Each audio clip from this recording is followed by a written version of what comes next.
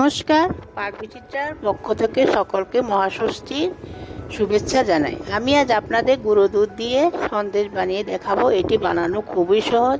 আমার রেসিপিটি কেমন লাগলো আমার কমেন্ট বক্সে অবশ্যই কমেন্ট করে জানাবেন। আর এই ধরনের নতুন নতুন রেসিপি পেতে হলে আমার চ্যানেলটি সাবস্ক্রাইব করতে ভুলবেন না। আর নোটিফিকেশন পেতে হলে বেল আইকনটি অবশ্যই প্রেস করে দিবেন। পাশে থাকার জন্য ধন্যবাদ।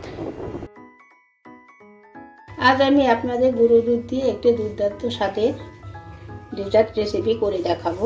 তার জন্য এখানে আমি 1 কাপ দিয়ে মেপে 2 কাপ গুঁড়ো দুধ নিয়েছি। আমন্ডের যে গুঁড়ো দুধ সেটা নিয়েছি।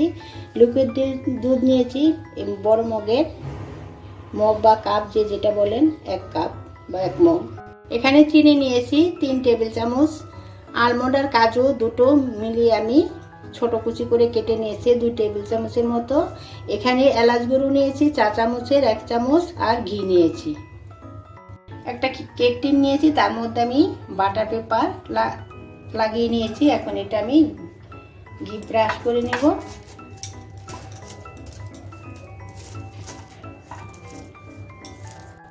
দেখুন, আমি একটা নন স্টিক কড়াইতে দুধ নিয়েছি, গ্যাসটা অন করে দিয়েছি। গ্যাসটা আমি হাইতে রেখেছি। এখন আমি চিনিটা দিয়ে দিচ্ছি। আর গ্যাসটা হাইতে করে অনবরত নেড়ে চেড়ে আমি চিনিটা গলিয়ে নিব, দুধটাও জাল করে নিব। দেখুন, আমার দুধ জাল দেওয়া হয়ে গেছে। এখন আমি এলাচ গুঁড়োটা মিশিয়ে দিচ্ছি।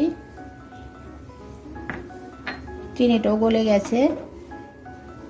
এখন আমি গ্যাসটা লোতে করে দিয়েছি।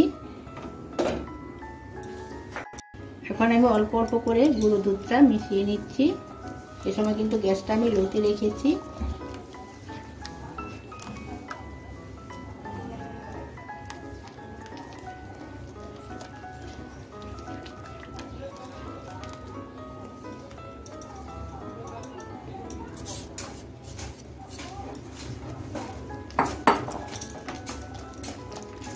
দেখুন, আমার দুধটা মিশে গেছে। এখন আমি অনবরত নেড়ে চেড়ে গ্যাসটা লোতে রেখে একটা মন্ড তৈরি করে নেব সন্দেশ তৈরির জন্য। দেখুন, আমি এখন অনবরত নেড়ে চেড়ে একটা মন্ড তৈরি করে নিচ্ছি। আমি এখন এর মধ্যে কাজু আর আলমন্ড কুচি অ্যাড করে দিচ্ছি। 4 চামচের 2 চামচ ঘি দিয়ে দিচ্ছি। এখন নেড়ে চেড়ে একটা মন্ড তৈরি করে নিচ্ছি। দেখুন, আমার মন্ডটা অনেকটাই হয়ে গেছে। দেখুন, শুকনো হয়েছে, ঘন হয়ে গেছে অনেকটাই। আমি এখানে 4 চামচের 1 চামচ ঘি অ্যাড করে দিলাম। এখন ভালো করে ঘিটা মিশিয়ে নেড়ে চেড়ে মন্ডটা তৈরি করে নেব। দেখুন, আমার সন্দেশের মন্ডটা প্যানের থেকে সেরে এসছে। এ সময় আমি আরেকটু শুকনো করে নেব নেড়ে চেড়ে।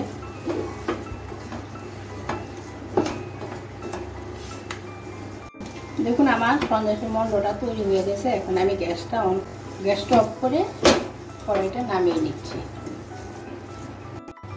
এখন আমি কেক টিনের মধ্যে নিয়ে নিচ্ছি মন্ডটা।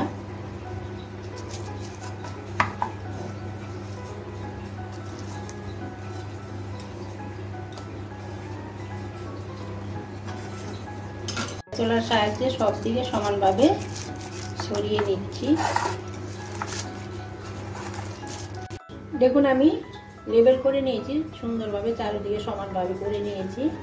এখন আমি এইভাবে 10 থেকে 15 মিনিট রুম টেম্পারেচারে রেখে দিব। দেখুন, আমার 15 মিনিট হয়ে গেছে। এখন আমি নামিয়ে নিচ্ছি।